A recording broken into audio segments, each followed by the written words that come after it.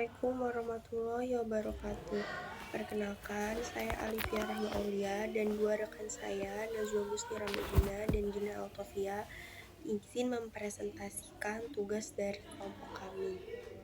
Jadi, bab 2 ini akan membahas dimensi budaya alat untuk memahami perbedaan antar bangsa.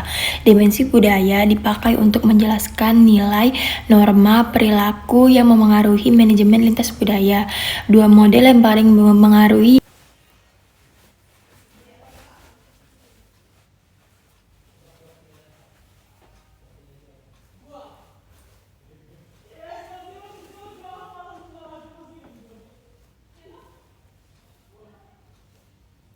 Jadi, konsep dimensi budaya adalah kerangka kategorisasi perbedaan nilai yang ada di berbagai masyarakat, berguna untuk membandingkan negara atau masyarakat secara sistematis.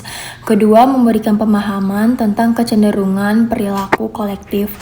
Ketiga, menjadi dasar untuk praktik cross-cultural management.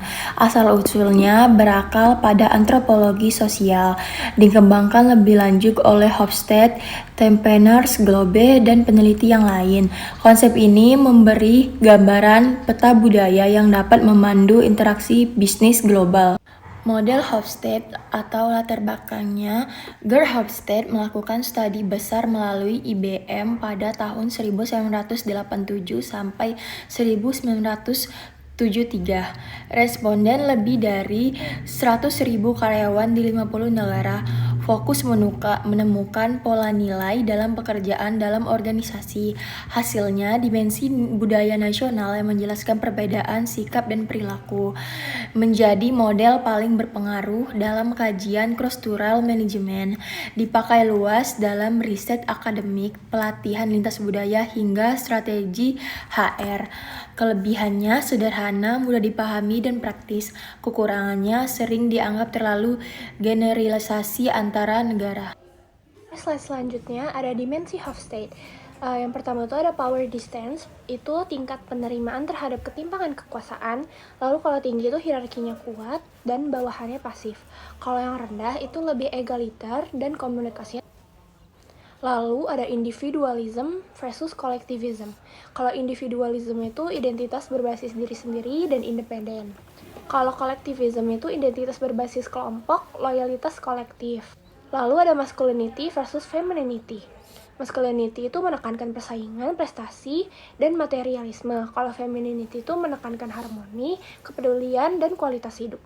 Lalu selanjutnya ada uncertainty avoidance. Itu tuh sejauh mana masyarakat merasa tidak nyaman dengan ketidakpastian. Kalau yang tinggi itu butuh aturan yang jelas, birokrasinya ketat. Kalau yang rendah itu fleksibel, toleran terhadap ambiguitas. Selanjutnya ada long term versus short term orientation. Kalau long term itu fokus kepada masa depan, ketekunan. Kalau short term itu fokus pada tradisi dan stabilitas. Lalu ada indulgence versus restraint. Indulgence tuh biasanya bebas mengekspresikan keinginan dan menikmati hidup.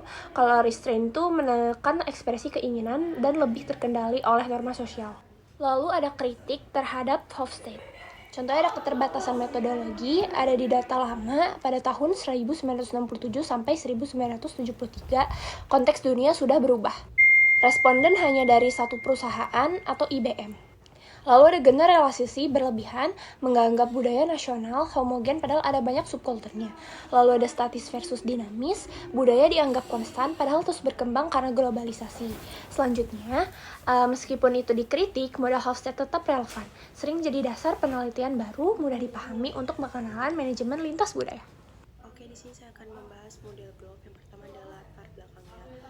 GLOB Project itu berdiri sejak tahun 1991 sampai dengan 2004, dan isinya penelitian internasional melibatkan 62 negara dan kurang dari 17.000 manajer, dipimpin oleh Robert House.